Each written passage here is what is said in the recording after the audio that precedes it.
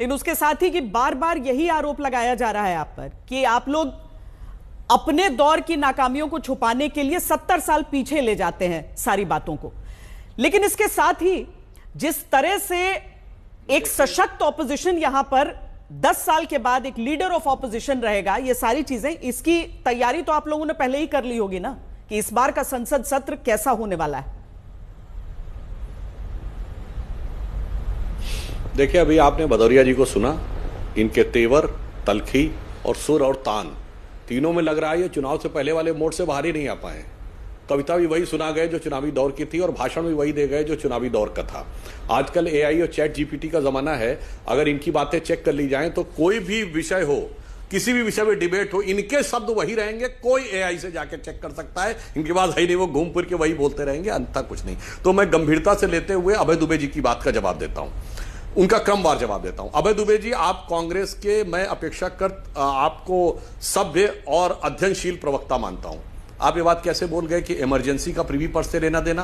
Privi purse 1968 में हटाया गया, इमरजेंसी 1975 में लगी, और प्रीवी पर्स से हमसे क्या लेना देना? सरदार पटेल ने जब एक्सेशन डॉक्यूमेंट साइन किया था तो प्रीवी पर्स दिया था, इंदिरा गांधी ने हटाया। तो मतलब इंदिरा जी ने कहा सरदार पटेल गलत थे, हम कहां से बीच में आ गए?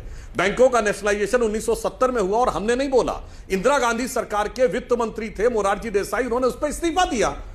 इंदिरा जी और उनके वित्त मंत्री के बीच की लड़ाई थी, और पर्ची हम पे फाड़ रहे, वो भी कब? 25 जून 1975 के बाद की। इसलिए तथ्यात्मक आधार पर आपके जैसे विवेकशील व्यक्ति को ये बचने, कांग्रेस वाले लोग तो अनाप शनाप बोलते हैं, मगर मेरे विचार से बचना चाहिए। अब आइए वर्तमान वाले विषय के ऊपर। मैं बताना चाहता हूं कि आपने कहा अघोषित इमरजेंसी। महोदय, इमरजेंसी का दौर होता ना तो आपने जितनी बातें बोली है ना, इतने पे तो जेल हो गई होती।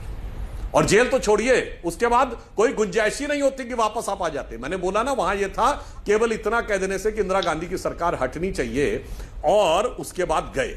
आज की डेट में कह रहा हूं, मोदी जी के बारे में हमने इमरजेंसी में कभी इंदिरा जी की मौत की कामना नहीं की। आज मोदी जी की मौत, मर जा मोदी, कब्र खुदेगी, हिटलर की मौत, कुत्ते की मौत, बोटी बोटी बोटी बोटी काट दूंगा कहने वाला व्यक्ति जो सपा का सदस्य था, उसे कांग्रेस में लाकर सहारनपुर से सांसद बनाया गया, और वो संसद में शपथ ले रहा है। कम से कम कुछ शर्म आनी चाहिए यह कहने से पहले कि यह अघोषित इमरजेंसी लग गई है।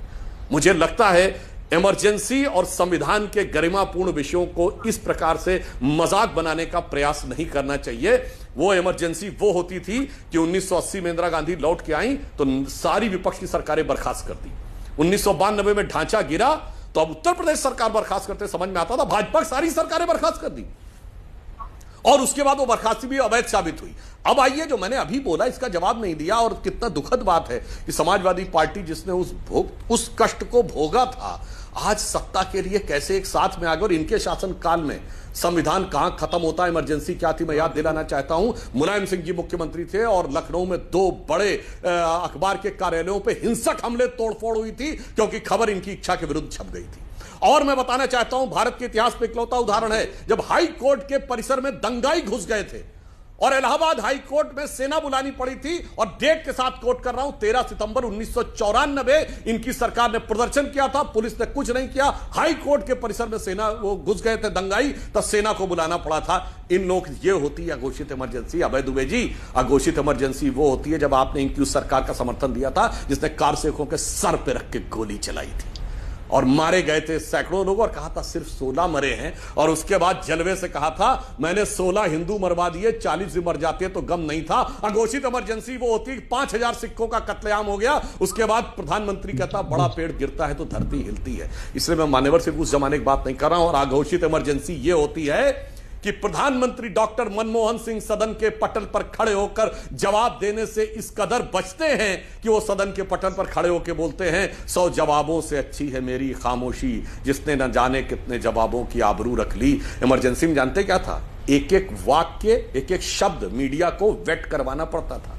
तो सूचना विभाग जाता था, अखबार का एक एक चीज, वो लाइन और शब्द तय करेंगे, वही छपेगा। इसलिए महोदय, जो बात है तो गंभीरता से करनी चाहिए। और मैं कहना चाहता हूं, आज विपक्ष को बड़ा मैंडेट दिया है, पिछली बार से बेहतर दिया है, तो बड़ी उत्तरदायित्व भी दिया है। ईमानदारी से गंभीर विपक्ष की बात सुनिए, और हमें बैसाखियों की बात कहने वाले 99 सीटों के ऊपर खुद के आकाश में खड़े हुए हैं, इसलिए ईमानदारी से बात करिए। और जो बात आपने प्रोटेम स्पीकर की कही, ये सक्सेसिव वाला ही रूल तो हमेशा फॉलो हुआ है। अगर आप सक्सेसिव 7 टर्म का हटा दें तो 2004 में क्या जॉर्ज फर्नांडिस जी से ज्यादा किसी के पास अनुभव था? तो काहे बाबा साहब विखे पाटिल को बनाए थे?